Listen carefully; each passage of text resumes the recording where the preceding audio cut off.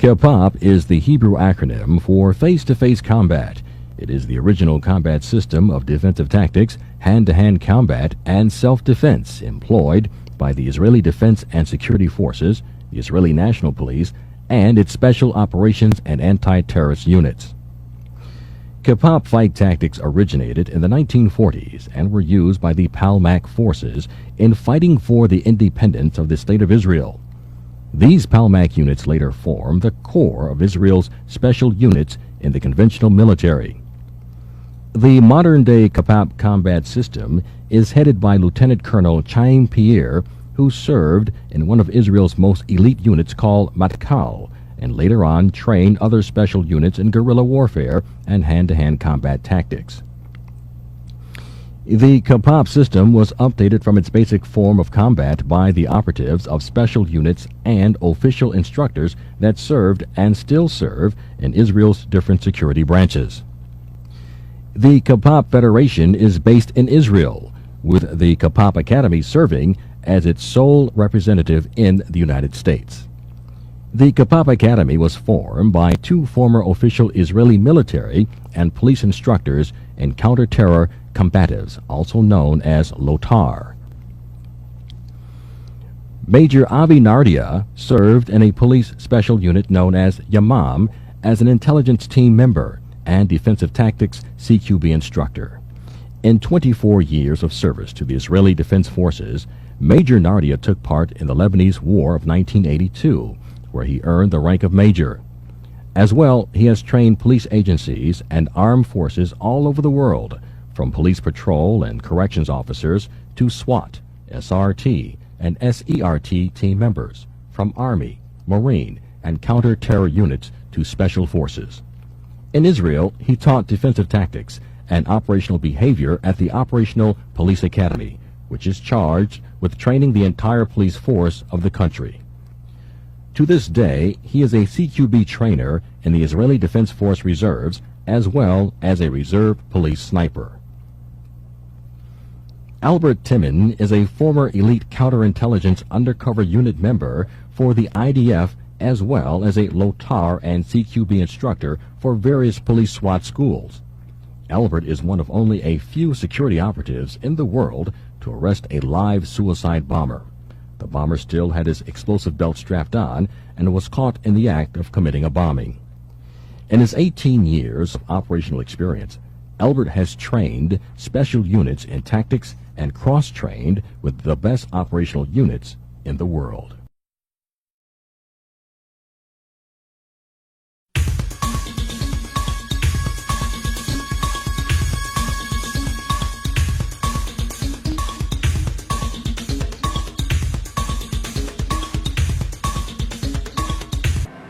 Okay, let's say that I'm standing on a bar and a guy comes and he's mugging me. What is my self-defense if I teach you self-defense? Give him the money. Definitely when it's not your money. The guy comes, he mug a bar, he mug a store, take everything, just don't shoot me. Now, I have a table or something in between us. Now, if I do the same gun disarming, like one, and I want to punch him, look what happened if I do this and he go back. How are you going to fight with him? Mostly when you have something in between yourself. And the main problem come because when people demo this gun disarming, they didn't understand where it come from. It come from the Israeli military, from situations that they used to kidnap soldiers. Mostly it's happened inside cars. In Israel it's very common that soldiers hiking and then they've been kidnapped by terrorists. And to prevent this, they start to teach soldiers some self-defense inside cars. And mostly some special forces they teach because they go for tracking those terrorists. So the situation was made for a car. But when you have 20 soldiers in a line, and I cannot teach them inside a car. So for example, I do this, and they play standing. But if you do it for a standing situation and you go back, we get back to the field of fire and to the danger. Now I show you where this exercise is coming from, and it can be used only when you're sitting down. The situation was made that the soldiers is hiking, you have the driver, many times a guy near to the driver, and we have the third person terrorist, and now I open the door, I come in, say, oh, you're going to Tel Aviv, good. And I'm sitting. Once I'm sitting, the guy put a gun to myself. Now, I say, don't kill me, I'll do anything. When I put the gun, I shoot the first guy, which is the guy near to the driver. Now, if I punch him, I break my hand, I cannot operate the gun. That's why I want maybe to smack him. But let's say that even you have a very good punch, you're training for many years martial art, you're training on makiwara and on sandbags, so you can take the impact with the punch. Now he cannot go back. Go back. You have the chair of the car, so I can go and take the gun, open the door and escape myself.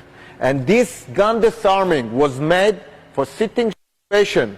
The problem in Israeli martial art today, most of the people that teach Israeli martial art, unfortunately, never served in the Israeli army, and definitely not as a teacher. And not only in the Israeli army, there is much more high level than the basic military training program, which is nothing.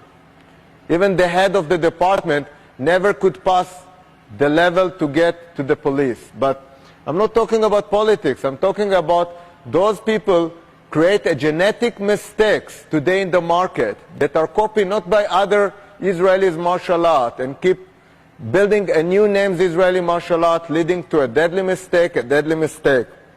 I'm talking about people that are not qualified to teach gun. They are not teaching for shooting because they're not qualified in Israel to teach it. And definitely not in the police and counterterrorism unit where the all art of guns coming from. And that will make the big difference and create deadly mistake today in the market with Israeli martial art. It's because many times people run, just they want to do marketing and they want to sell you exercise without even understand the roots, where it comes from, what is the history, what's good, what's bad, how to teach it, and why to teach it, when to teach it.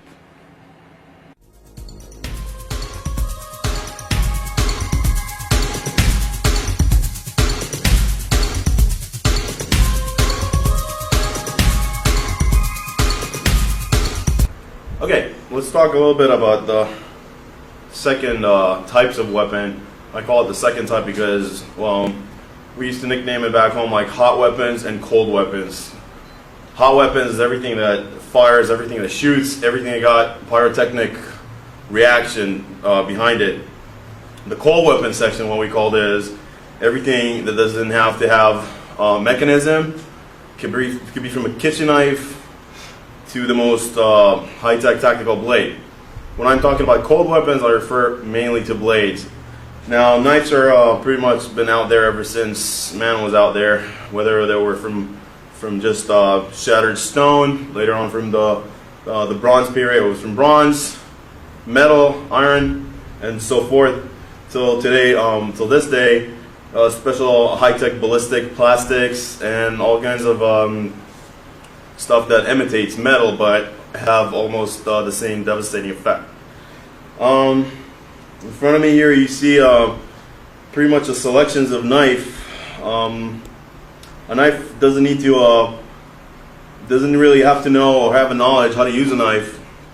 And pretty much everything you stick it, you stab, you kind of swivel it around, it's going to slash and create damage. You have to know how to use a knife. That's part of the Kapap system, knowing how to utilize a blade, a gun, and your body empty-handed. Let's talk a little bit about knives. Pretty much we have two types of knives. We have, here you can see two trainer blades, standard military Randall 1. Of course those are replicas, those are not for action. Those are for training. Make sure always when you're training, you're never training with a live blade. Don't tape the blade, don't train with the sheath on.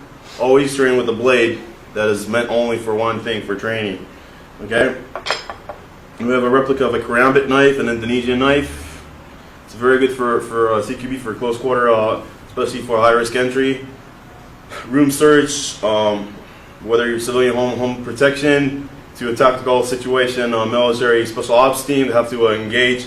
Very good. Got a ring. It's hard to disarm, and it's very very comfortable to hold. It's very you have to use it a lot of confidence. Two main groups of knives. Knife that needs some kind of assembly, like folders. Okay, have to some kind of mechanism open the blade in order to utilize it. And fixed blades. It's one steel, one chunk of metal from all the way from the tip to the bottom. The knives can be utilized for stabbing with the point, for slashing with the blade, and for striking non-lethal strike, delivering non-lethal, but yet at the same time very effective with the butt of the knife. Okay, so that's the difference. This knife is ready to go in my hands as soon as I pull it out of its sheath. Those folders need to have some kind of assembly. Some of them are legal in some countries and states, some are not. It's really important to remember that some knives are automatically pulled out. It's a very good knife from a very famous manufacturer. The weight feature here is very good. When you put it in your pocket, they're very quick, by the way. Most of the knives, all you gotta do is pull them out and open them. That specific knife, all you gotta do is pull back, and then you have it straight in your hand, ready to use. Almost like the same reaction as a fixed blade is gonna have in a sheath. Okay, and then you fold it. Knives come in very small sizes. You can see some of them are plain, some of them are semi-plain or combo knives, half serrated. Some of them are fully serrated. Personally, I prefer serrated. Why? What's the best steak knife? Serrated. You make your own common sense. Okay? From here, this section, I got a very, mostly illegal in most state and countries, a push dagger. Hold it like so. If you're a boxer, or you just go crazy with it, you slash, you stab, you punch, you poke. It's a very good weapon. It's double-edged. It's very dangerous. I recommend it like for people that do like VIP or SWAT teams or tactical team. Of course, make sure it's legal before you carry it. You can see here a replica. In the same time, it's in the same. It's pretty much in the same purpose as this was push dagger. The only thing is, the only difference, this is metal and this is plastic. Okay, still, this is special ballistic plastic, is going to create a tremendous amount of damage while stabbing and even slashing. The only problem with that thing is metal detector. It's not going to go through. Another thing is people get creative, like you saw right here, all those ballistic plastics. That's pretty much a knife. There is not only that specific shape, they come in all kind of different shape and forms. Like I said, people get creative. They start doing them in a credit card kind of shape. You would never detect that. This is a specific knife, a card knife. Looks like a ordinary business card or a credit card. But if you actually look really close, you would see that the little corner here is actually a cutting blade. Okay, utilizing it, the fact that it's made of titanium doesn't allow it. Again, same thing like with the polymeric one, it won't go through metal detectors. Pretty much knives are been there always, ever since man was out there. Legally to carry, very simple to use, but yet again, you have to know how to use them effectively. We believe strongly in knives and guns. Why? Because those weapons are commonly being actually found in the streets, whether on just law-abiding civilians to gangbangers and just people with bad intent. So keep that in mind. You have to know and practice the art of the blade, and make sure that, because a knife can actually save your life. I'm just not talking about self-defense situation. I'm talking about cutting seatbelts, rescuing yourself from different type of environments when you're trapped, whether it's underwater or on land.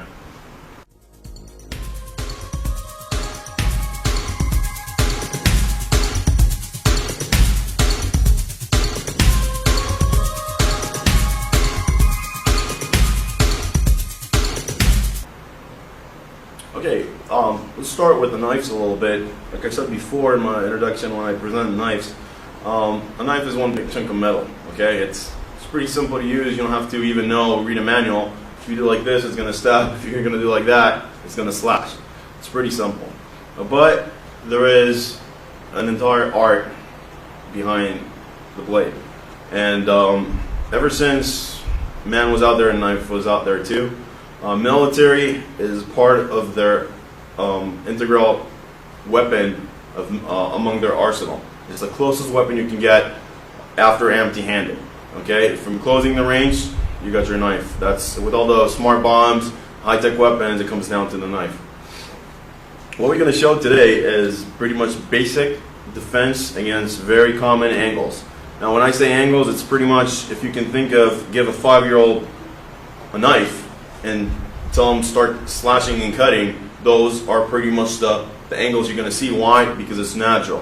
Why boxing is effective? Because it's natural. Why jiu-jitsu is effective? Yeah, you got to train, but the movement behind it is natural. Everything we do, almost 99% of it is natural movement, or at least is a natural in a way that we can gradually study from it. We don't have to force ourselves into some ridiculous movements. Very simple and gross motor reactions. Pretty easy to learn and very effective if you know how to use it. Excellent for self-defense. Okay, I'm gonna have my buddy Scott here helping me with the knife techniques. Before we start, let's talk a little bit about the grip. We have two main grips of a knife. We have a forward grip, okay, with my fist closed. See here, this is a replica of a military knife, so you can actually see a guard. If it was a folder, I would have my thumb extended on a kind of a serrated, non-cutting serrated ramp, like a thumb rest. Because if it's a military knife, I got a hilt to protect my fingers. I got the forward grip, the saber grip, coming originally from fencing, and I got the reverse grip again because it's a military knife. I don't have to worry about sliding my hand down. If it's a folder without a hilt, I should always cup it with my thumb. Okay, why? Because if it wasn't, I probably would slide it as I would stick it in someone. What might happen? I can slide my hand along the blade, and that's not good. Okay. Both reverse grip and forward grip, the blade is always going to be pointing out. Always. Never. You see sometimes in the movies, see this? Why? Only to show that to emphasize a knife. If you're stabbing someone like this, at least do yourself a favor and make sure the blade is out so you can also come back with a slash. Okay? So, forward, reverse cup, and saber. That's all you have. The proper holding of the knife should be the blade line is a straight line with your knuckles. Meaning that if I cut, I don't hold my knife like this or like that. Pretty much I imagine as if I'm cutting with my third knuckle right here of the hand. Okay, from this part. Scott's holding a knife, the full tool grip. You can see that his blade line runs all the way down straight vertically into his knuckles. That means if he cuts me, he would cut me first with his knuckles in theory. Only in theory. If he would cut me for real, he would cut me straight with the blade. The knife got a blade and a handle. The blade is to cut with. The tip of the blade is to stab with. There's no other purposes for that. Some knives have a semi-blade to rack with. If you're familiar with Bowie knife working, you can also come with like a backhand, like a back rack with a knife. We also have a very important part of the knife, especially when it comes to a more advanced level. Filipino is known as the puño, or the butt of the knife. Okay, for delivered non-lethal strikes or for pairing and transitions. Let's start with angles of attack. Again, like I said, angles of attack is very simple, very basic. 1 through 5. I just number them, so it's going to be easy for us to memorize it, and I don't have to think hitting from left to right in an upper diagonal slash and stuff. I'll just say a number 2, and Scott would know what I'm talking about. Okay? So Scott's going to go through the angles of attack 1 to 5. 1. A slash number 1 was a horizontal slash. Can be in any part of the body. It can be high, it can be midsection, it can be low. Okay, so we got a high number 1, we got a middle number 1, we got a low number 1. Okay, it can be all the way down. It can be really low, number one, all the way to the thigh. As long as you're keeping the defensive principle, the angles remain the same. Okay, just the opposite backhand slash, number 2. Coming from the side with a backhand strike, coming from left to right this time in a diagonal motion from up to down. Again, number 2. Very good.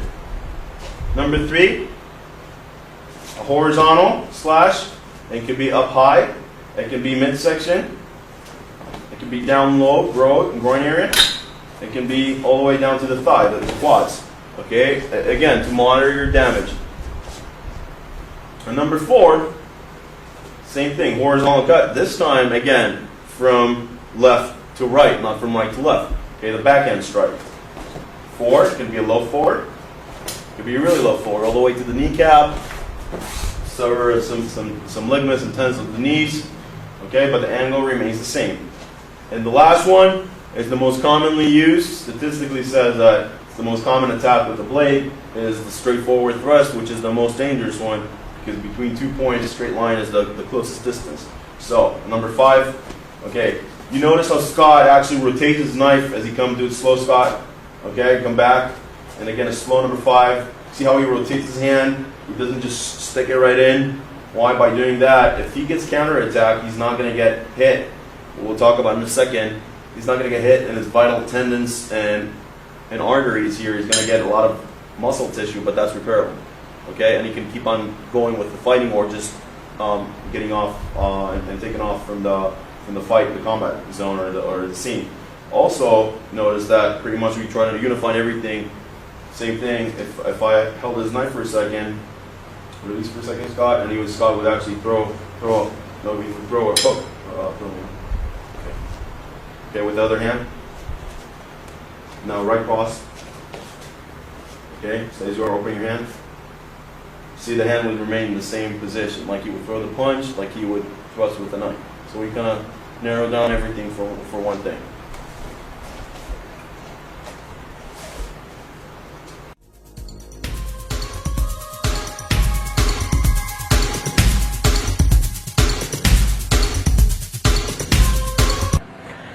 Okay, first of all, when I start teaching guns, many people got shrink and say gun is not a martial art, and I must make it very clear, a gun is a modern archery. When we had both of us a knife, if he stab me and I stab him, both are dying. That's why I put my knife on a stick, and actually I create a spear. So when he's not on the distance to stab me, I'm already stabbing him. Now they make a short spear and it's arrow, and instead of throw it, we deliver it with a bow, okay, with a string power. Now they find the black powder, so they take a shell, put black powder, put a primer, put the edge weapon, which is a small knife. This is the bullet in the mid. You smack it, the nitroglycerin burn, create a spark, burn the black powder, create gas, and throw the bullet forward.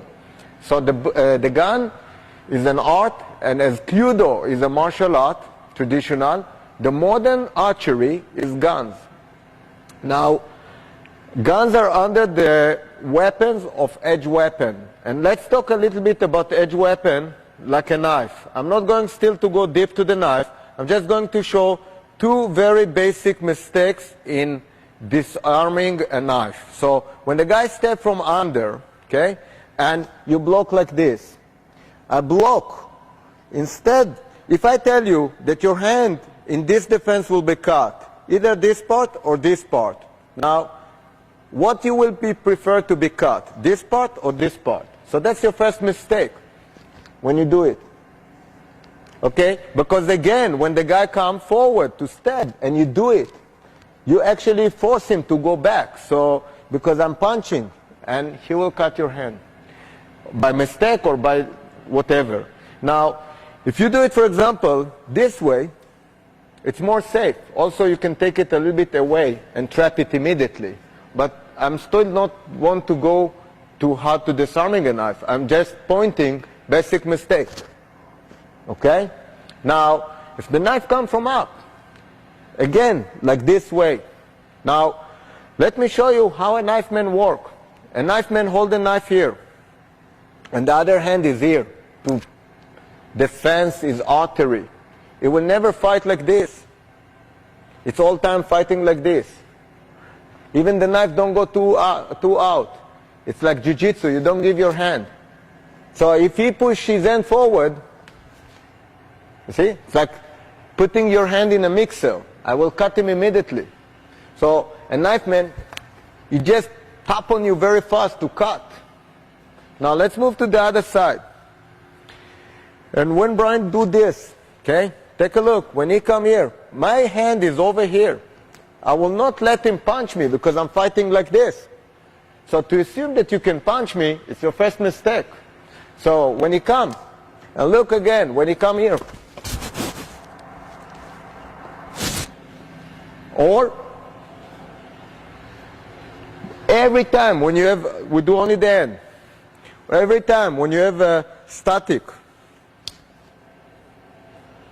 every time when you have a static, okay? So you cannot be static with a knife. A knife man fight like this. See? I even cut his eyes because I will take again his vision. I will take again his sensors. I'll tap him. I don't want him to have the hands out. You understand? So when I do multiple cuts. So I'm not going to attack him like this. Of course, this works. Same for this one. When I come like this, see? That's why I have a wrist. When I come to block, you see? When I come to block, I switch. And I work. That's why when you come like this, even if you punch, you see? Because you have no defense. See? So, any knife man will teach you the first thing, it's economic of motion. Any motion has a purpose. You don't do this. And now I have economic of motion. Before I put him in a wrist, go back all the way. I do this. If he come back, I immediately stab. Immediately stab. Immediately stab. Immediately cut. Stab. And that's economic of motion. The first thing you study when you start studying knife, weapons, martial arts. Economic of motion. Don't do big motion. That's where the gross motor are important. And that's economic of motion. You see? If you attack, and how can he prevent me now? Because my hand is over here. Okay? And also, by putting two hands, that's worse. Because many knife people, they do this and they come here. They attack down, it's like drawing an 8. You come, go there. I got the artery.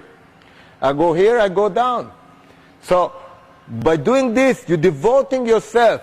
Two hands are here. Nobody keep your kids in the house. Your artery.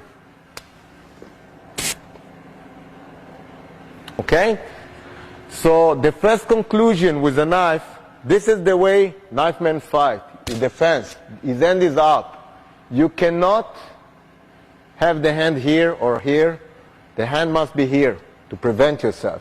So that's why don't assume that you can punch me. And you don't want to punch me actually. And the next conclusion is that you cannot teach knife fighting as a static motion.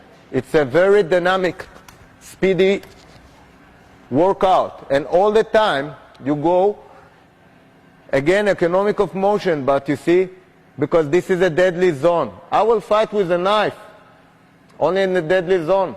If he has a knife, we fight on the deadly zone. I have the right to kill you too, by letter of force. And in law enforcement, they study letter of force. You study like a force of, matrix of force, letter of force. It means, I have a knife, you don't have a knife. If I kill you, murder. I go to prison. You have a knife, I don't have a knife. You come to, I'm still unguilty. I do it under circumstance of self-defense. Okay? But if I took the knife, don't kill him. Post-conflict. Don't, you tried to kill me, now I kill you. Now post-conflict, you go to prison. You took the risk, don't come close to me. You come close, cut his hands. Okay? Cut his tendons. Don't try to kill him, because you don't want to go to prison. If you can avoid killing him, when you have the knife in your hand, avoid it, because we teach only self-defense. But to study the concept of knife, let's go and see first, and we'll be a little bit brutal, because I teach you how a knife man think, and that's what we're going to do the next, okay?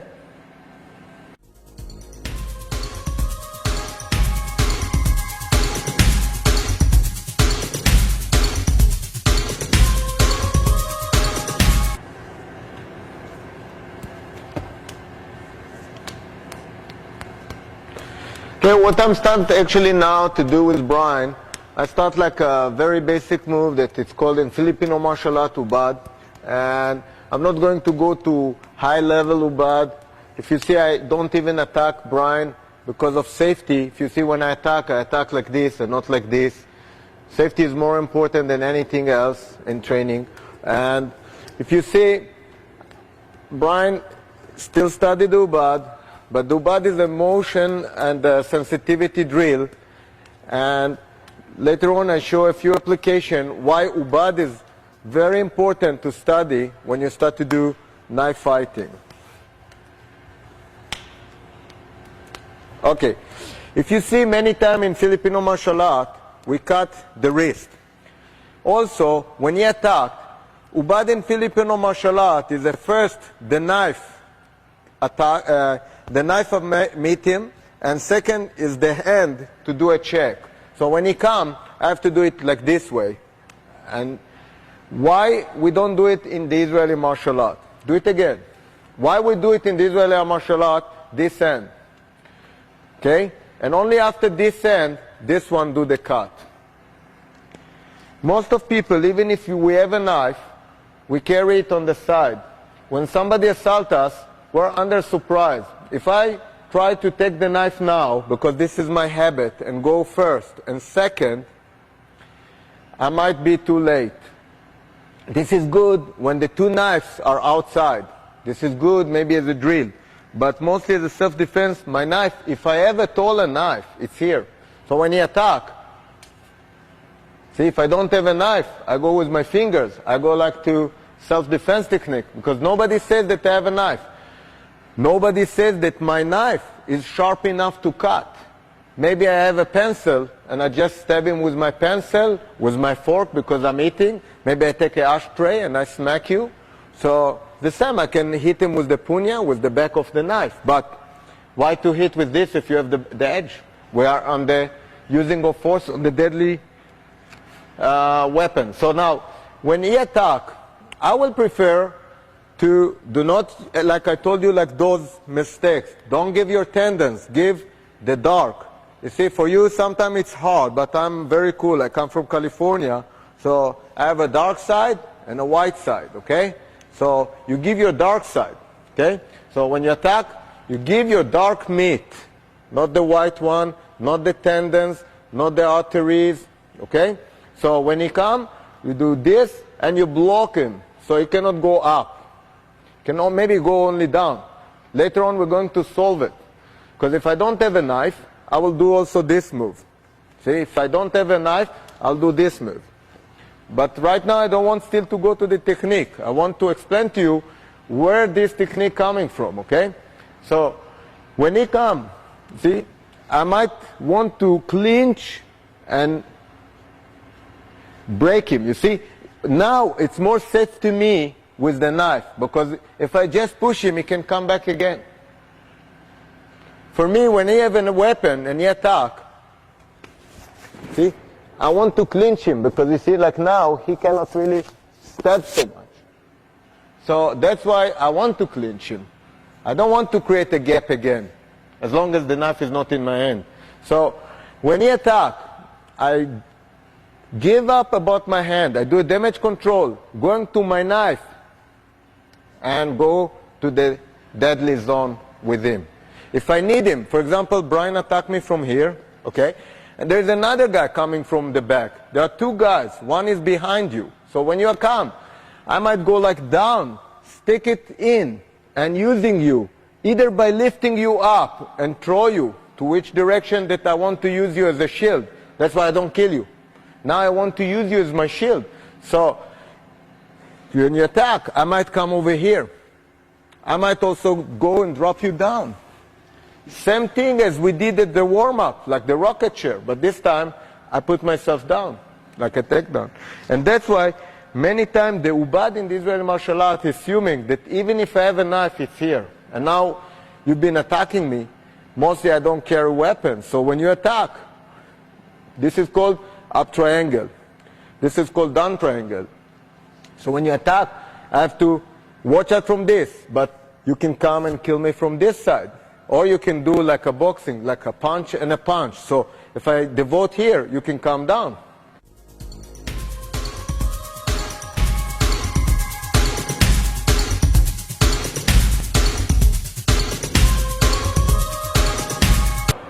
Okay, when I fight with a knife, slowly, good. So take a look. As a knife man, do you remember like those drills that we tap on him? So when he comes, my reaction will do this. You see, like when you come, you see, I will give him an eye jab.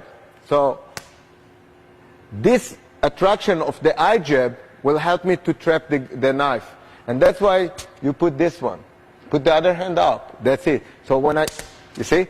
So as a knife man, you see, I will keep my hands over here.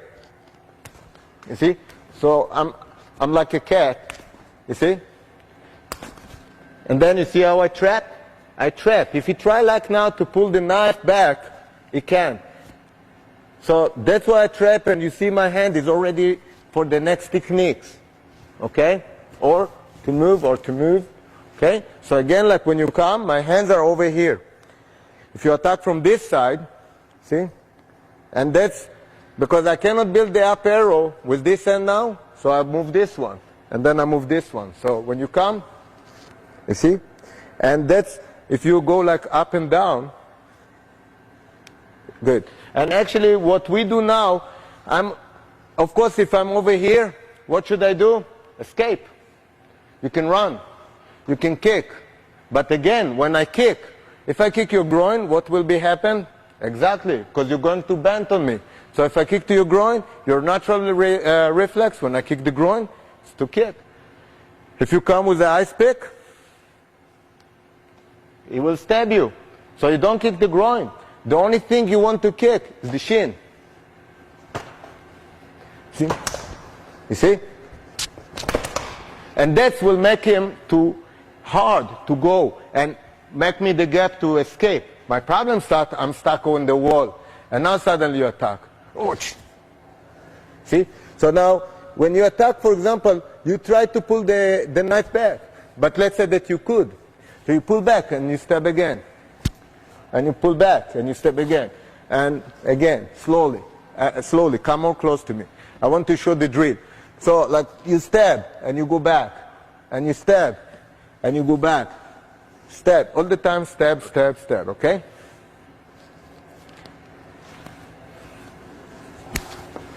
So if you see like now, I even don't try to look for him because I'm trying to feel him much better than to, okay? So that's the first drill, is to be able to shoot arrows, okay? And now it's again not a technique, it's a drill, okay? So now you go more rough on me on the wall. Good. And stab. Try really to stab. Good. Now, in the training, it don't mean that you will not be cut or stabbed. So in realistic situation, but you see, I'm trying to teach myself to censor him because the skin is also a sensor. So again, you keep stabbing. Good.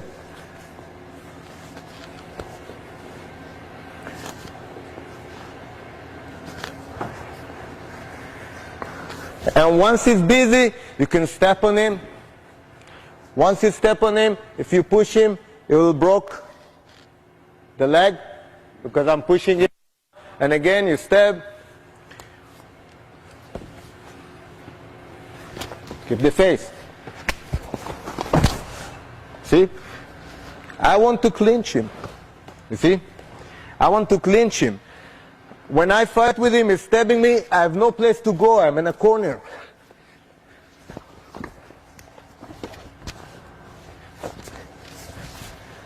See? And I got him. From here it's easy. From here it's easy. Many times when you stab, and people do it only as a technique and the grab. Okay, if you look now, that's danger. You must, in this situation, immediately work with your shoulder. You see how it's changed your angle?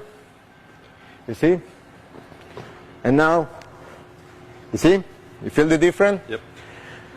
So those are arrow up and arrow down. Again, like for the camera. So, you see?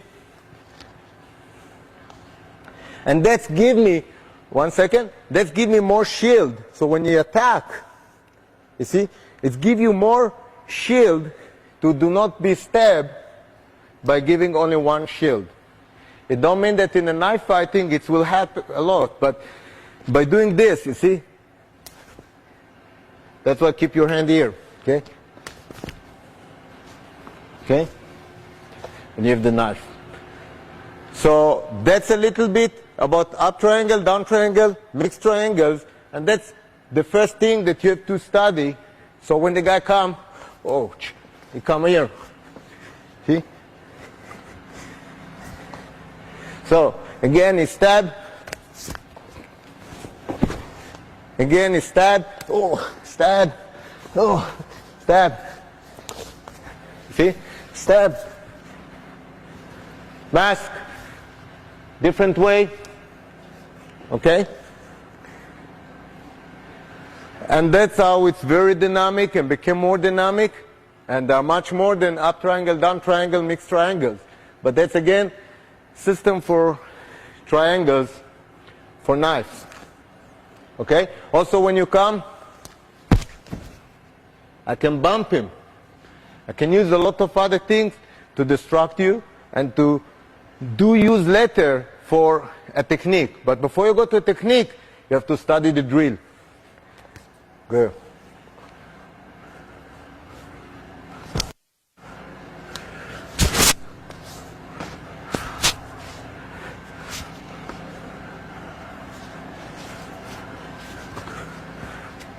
Okay?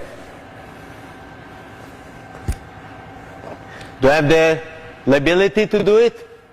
No. Just take him down. I'm the good guy. Don't forget. Don't get too psycho. Okay?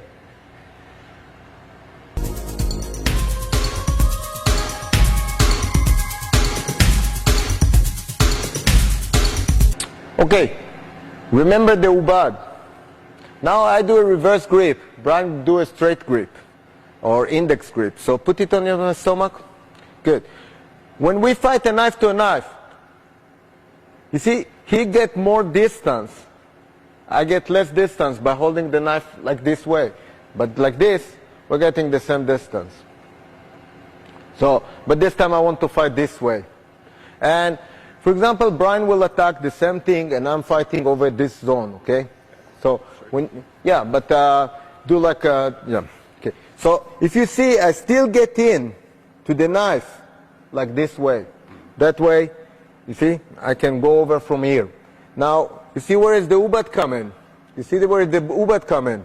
And if you see the check, and now if you see when I rotate him, if you try to stab me now, can you? No. You see? So, you can take him down and take him, he will slide by his own weight on the knife. So I demo it again. When he come, you see? So I'm from here. You see? Or when you come, you see? I don't know where I'm going to hit. I'm just position myself, okay? So when you come, and I'm trapping. Now, I will not do the ubad. You see? I will not do the ubad before he throw the knife. But when I step in, he throw the knife. Throw the knife. Throw your knife. No. Because I stab you. Okay. You see? Now, I transfer him. And because we're talking about the art of war, that's how a knife man is going to take you. But the ubad don't mean that you have a knife. But why we keep working with a knife is because you don't want every time to bend and get it up again. But I will not do a transfer with the ubad unless the knife is over. I don't want to have a knife over me so much. I might do it, but you need a lot of skills to do it. But you see from here, you see? So we do it again, and that's why you see I'm getting in, taken, and either I go even forward and finish. Okay? And that's how a knife man is thinking. They're very rude. Knife is a very, very brutal fight because you also have to see the guy. And when you stab, you make voices, put blood on you. So you need to be in a very good setup or mind setup to do it. Otherwise, train only with a plastic gun. But to start to understand how to defend against this, which is the top weapon, because it's so available. Everyone can find a knife, buy a knife, improvise a knife by breaking a glass, anything. So that's the most popular weapon, and that's the hardest weapon that you have to train. It could be one edge, double edge, short knife. Everything will be a different approach. That's why for knife you must explore and study and study and study. There's no two moves that will block a knife. That's the top martial art. Knife, swords. There's no better martial art than this. Okay? So that's why to assume that you can do this, you don't understand. If you come like this, how you try to block. See? How a knife man immediately, you see? How a knife man immediately will come to you. It's like a snake. We trap, we stitch. And that's why don't assume things that will never happen in the streets. If you train realistic martial art, if you train like for, of course, don't play it as a game. Don't do only ubad like this. This is good. It's a good drills. But even if you don't have the knife, so when you come, see, the trap, this is very important. This is very important. This is very important. Okay? So you have to study and teach yourself how to glue. And if you see like now when you attack, I took the knife from inside. But it's very risky because when you do it, if you do it wrong, you cut your own stomach. So just to do ubad and to do it like a game has nothing to do. And now let me do ubad with hand to hand. So he's punching. And I help you. I go very slow. And if you see, it's the art of the center of the body, see? It's all the time I'm trying to take your center. And you have to avoid, you see? Don't let me take your center there. Stay center with me, okay? So when you come,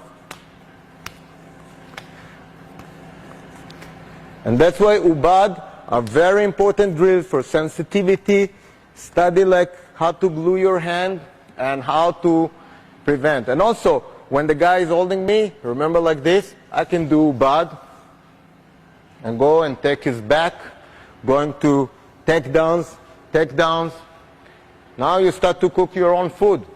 But everyone built different. Everyone has a different body, different muscles. Not one exercise can work for everyone. Maybe I'm very small, very flexible. I will like disappearing technique. Some other guys, they can fight. So everyone has to choose his own technique. One technique is not good for everyone. And that's the Kapap. We teach principles, we teach body moves, feeling each other, and then you create your own technique. I never teach technique. I direct students to think and give me the answer. I'll give you an example. Get me a knife. Put a knife to my neck from the back. Okay, from here. And hold me like this. This is like a hostage situation. Now, how many times people do this and they go inside and stab the guy? So let's do it. Okay, give me the knife. You're an hostage and you do it. Good. Okay, but let's do it again. Because I did a central removal. Central removal, the guy is standing, I do this. So when are you here? You're actually in a central removal. So you have to calculate where to open the tight. So when I'm over here, if I open it, I'm actually having the knife all the time on my neck. That's the last thing you want. So when I'm here, put the knife. You want first to turn the knife away from you. Second, you see, I use one finger. Second, I switch. I have already the knife. You see? So I can do it as a technique, or later on, I just do it like this way. So you do one, hit him, smack him, like we do headbutt, grab the elbow. Because from here I can go for throws, or I can go for controlling on the elbow. And remember, it's the same controlling of the elbow for many reasons, on many ways. Okay? No matter if it's a stitching technique or whatever.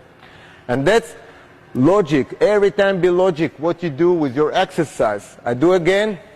And just to close this one, hold me in a guillotine. And remember like this. And what do? I do a butterfly. Don't move for a second. What is a butterfly? It's this. What did I did right now?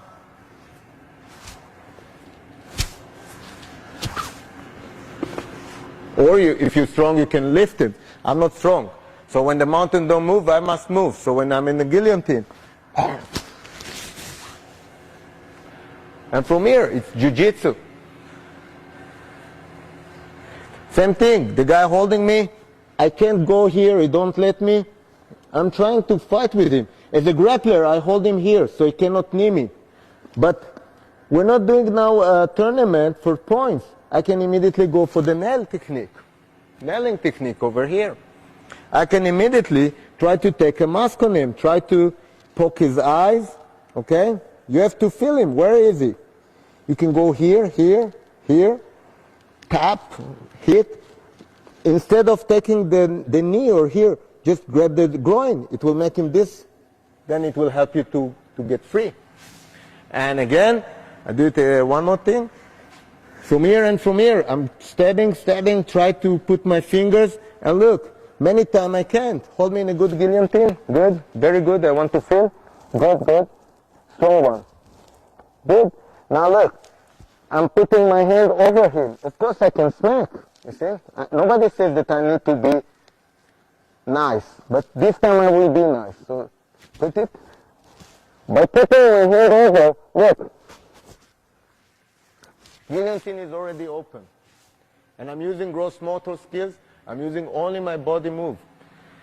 You do it again. Put a good one. And you see that here, here, here. And I'm coming over to the leg. Okay? So work with your body, because even if you're a small guy, you can work with your body. Your body is all the power. But most of the time, when the guy hold you here, don't be a robot. Do this, do this. Mobility is the most important for, and if you see I all the time butterfly myself, and I turn right and left, left and right with you. You understand? So that's the tips that I want to give you for today.